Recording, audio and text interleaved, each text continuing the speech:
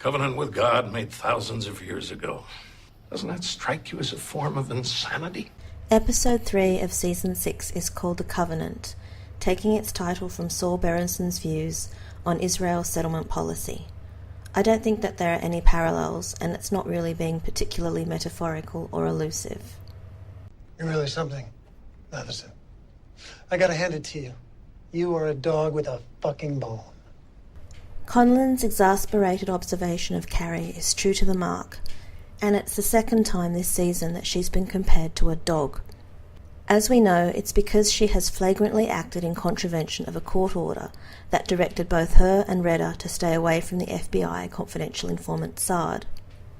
Carrie doesn't care about such things, and her actions have resulted in the district attorney withdrawing the plea deal that had been offered in the previous episode. This leads to some tension in what must already be an awkward business relationship between Carrie and Redda. This isn't the arrangement we made, Carrie. What do you mean? Our partnership. You were supposed to secure funding, investigate, advise. What you weren't supposed to do was take matters into your own hands. Break the law. I'm sorry, Redda. I fucked up. Yeah, you did. I'm a little interested in the business arrangement between Redda and Carrie, which is not unlike that of Eli Gold in the television series The Good Wife. Carrie's not a lawyer, and I don't think she even has legal training, but she's a full partner in a law firm and has decision-making powers and an advisory role. She also is the person that seeks out the funding. I'm guessing it's a model that's more common in the US than in Australia. I think it would result in some interesting dynamics because, as we know, at the best of times, Carrie doesn't believe in following the rules.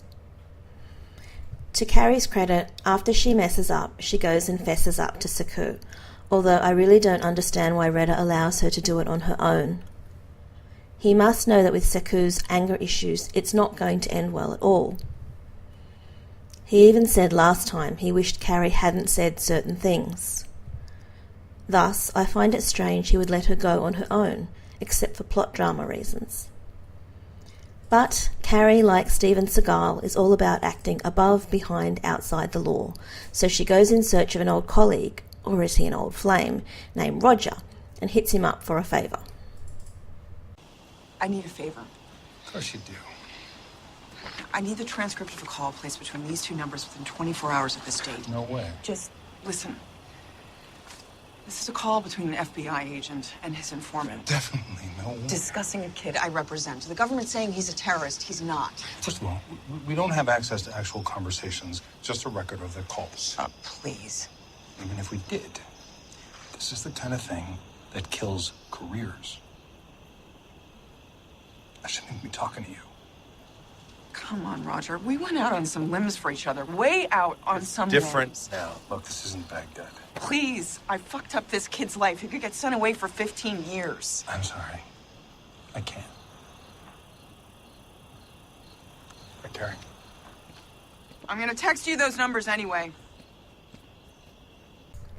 Someone on one of the discussion fora said, I wonder how often one of the writers pitches maybe Carrie has an old friend who owes her a favour or something as a solution to a problem.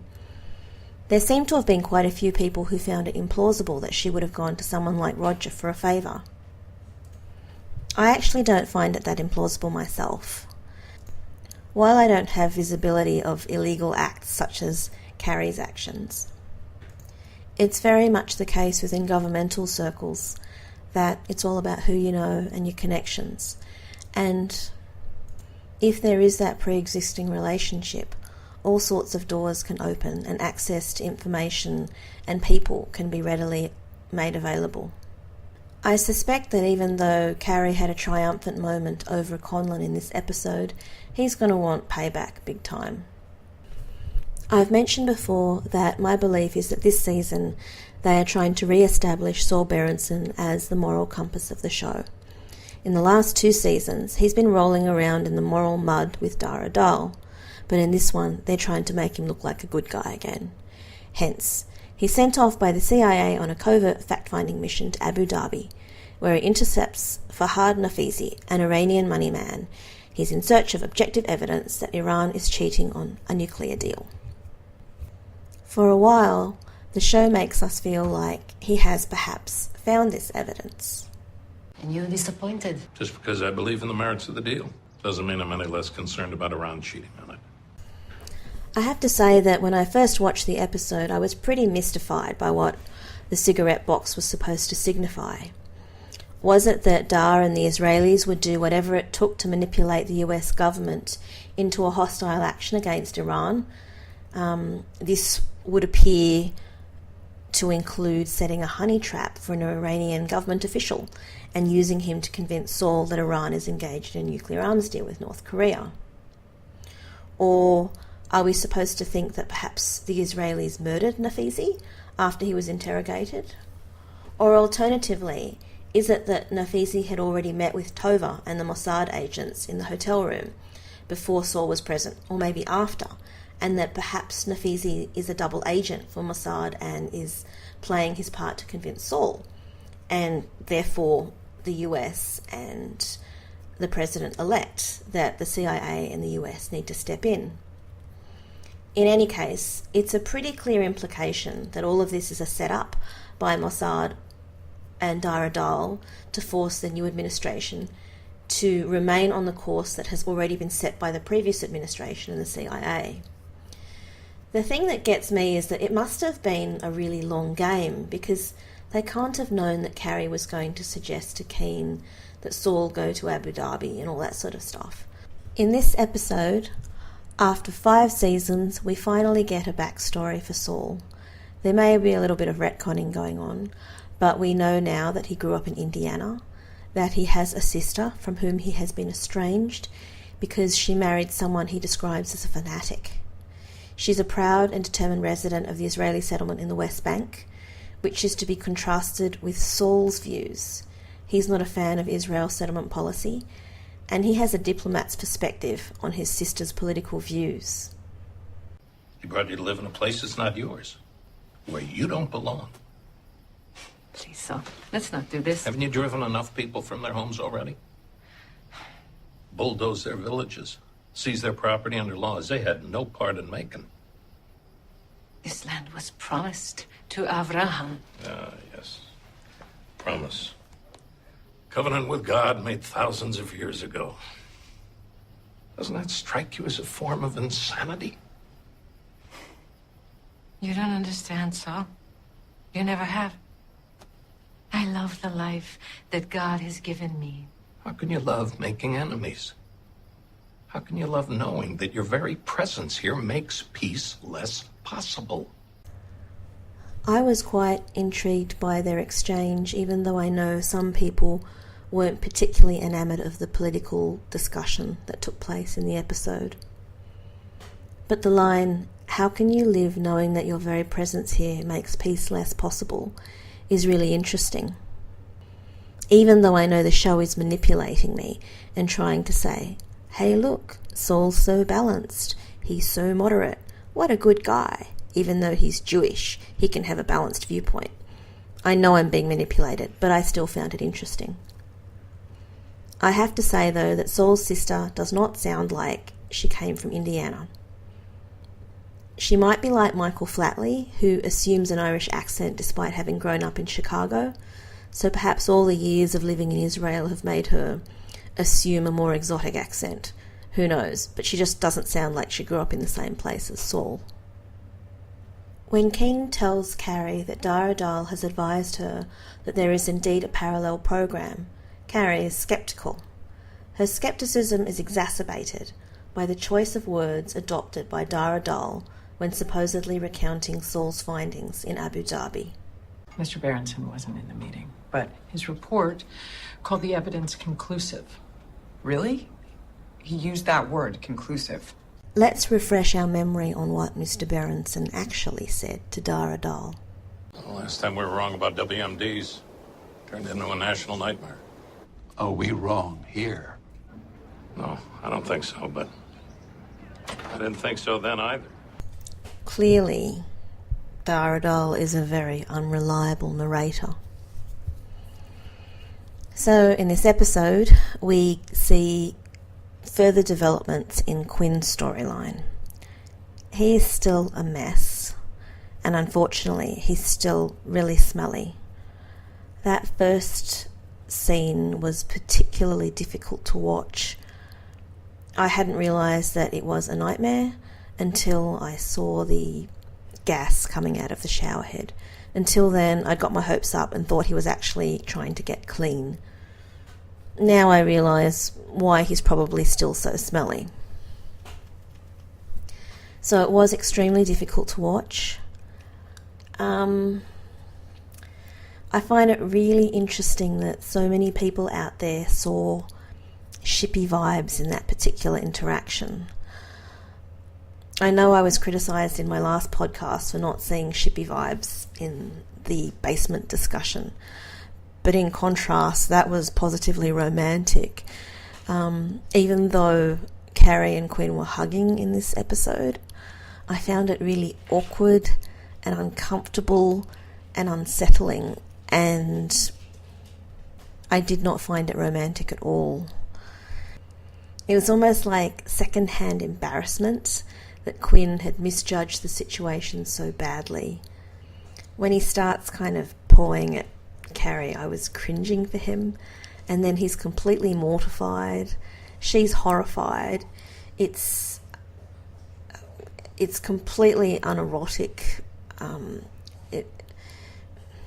I think you'd have to be a really die-hard shipper to think that there was anything in there except a lot of affection, pity, misunderstanding, and a big hot mess. Am I going too far with my assessment? Am I being shallow? Is it just because Quinn is dirty, smelly, has a porn star moustache and shaggy hair that I suddenly find him unattractive? No. It's more about the dynamic between him and Carrie right now. It's very different from the way it was, and that's understandable. He's a different person, so therefore their relationship has changed quite dramatically. But she very much comes across as a caregiver. She's guilty. She feels a lot of pity. Rupert Friend is completely knocking it out of the ballpark and doing an amazing job acting, maybe too good. So I'm completely unable to see anything romantic between them right now. And I realise there's an irony in that, because this podcast is going to be posted to the Carrie Quinn LJ, blog. But that's how it is right now. I find myself wondering whether or not the writers are stuffing around with us, because, is a little bit like Louisa May Alcott. The fans wanted so much for Laurie and Joe to get together. I always think back to an article or a series of articles I read about Louisa May Alcott and Little Women, when I read about how much the writers disliked the Carrie and Quinn pairing. So as you may recall, Little Women was published in 2 parts, in 1868 and 1869. The main character is Josephine March, known as Jo. She's a tomboy. She becomes really good friends with her neighbour Theodore Lawrence, known as Laurie.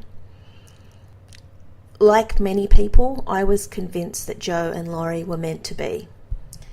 So it was with great shock that I realised later on in life that it was the fans who wrecked it. And so there was a letter from Louisa May Alcott in which she said, "Jo should have remained a literary spinster, but so many enthusiastic young ladies wrote to me clamorously demanding that she should marry Laurie or somebody, that I didn't dare to refuse, and out of perversity I went and made a funny match for her." So therefore, instead of marrying off Joe to Laurie, she ended up with Professor Bear, who was older, wiser, beardier, hairier, shaggier, and just not very cool, and more of a father figure than a lover. So there was an article that said, "Sometimes your inner vision can hurt the story. Most of the time this happens when the writer is imposing a point upon the story. Take the example of Little Women. From the external evidence, it's plain that editors and readers alike all wanted to see Joe and Laurie marry. But Louisa May Alcott, perhaps because she was frustrated in finding love in her own life, was absolutely determined that Joe was not going to have the expected happy ending, and forced the dull, uninteresting Professor Bear on Joe instead." So what if season 6 is a little bit like Little Women in terms of the writers and Claire got so sick of being pestered about Carrie and Quinn that they said, fuck it, we're going to give it to you, but in a kind of distorted, bizarro form. As mentioned earlier, the Quinn storyline develops a little more. After his incredibly cringeworthy and embarrassing moment, I don't know how to describe it, moments with Carrie, he turns a bit bratty. I don't need a babysitter. On the upside, as BWG71 pointed out, at least he can still do maths. And I know a lot of people were pretty pleased that he was quinning again. I don't know whether I was pleased that he was quinning again, but I liked the fact that he had a degree of awareness and lucidity about him, although possibly fueled by paranoia. And he went and got a gun and managed to avenge himself at the same time. So that was kind of cool. So, that's 2,000 I owe you. Less than 2,000 you stole from me leaves what? How much I owe you now? 0. No, nothing. You're fucking right. I really don't know why they had to kind of hit us over the head with the shower reference. For some reason, Tommy has to refer to a shower, even though when I watched the original gassing of Quinn, it didn't occur to me to think of it as a shower, even though I totally understand why showers now trigger a traumatic response. Saw a video of you on YouTube. Getting gassed in a shower. I haven't seen it. And finally, I guess a lot of people have pointed out that they managed to include a Princess Bride reference. Although Dara Doll makes the most twisted, creepy, ugly farm boy I've ever seen. As you wish. So those are my thoughts on this episode. I wasn't overwhelmed by it, but I didn't find it terrible. I thought there were some really interesting moments in it. Saul's discussions with his sister were really interesting. I thought Carrie was quite compelling. I was kind of grossed out by the Carrie and Quinn interactions, sadly. I still find Sekou really annoying. I'm curious as to whether Conlon has layers. I'm wondering whether or not the president-elect is evil. I'm wondering where the storyline with Dara Doll and Saul is going. Dan's really underwhelmed by the series so far. He says he doesn't really know where it's going. He can't see a particular threat or sort of overarching dramatic storyline. I'm wondering whether it's going to be something like, Dara Doll is the big evil, or because, don't forget we never closed the loop in season 4 about his connection to Hakane and all that sort of stuff. So what if he's still really evil or something? But who knows? I'm really, really curious about what the next episode will be like, because the exchange between Saul and Carrie looks amazing from the trailer. I'm really hoping that they just don't continue having Quinn unravel and be ridiculously paranoid, because I could see that getting old quite quickly. But sorry this is such a subdued podcast, but it was a fairly steady, even episode, but nothing particularly exciting. Thanks for listening.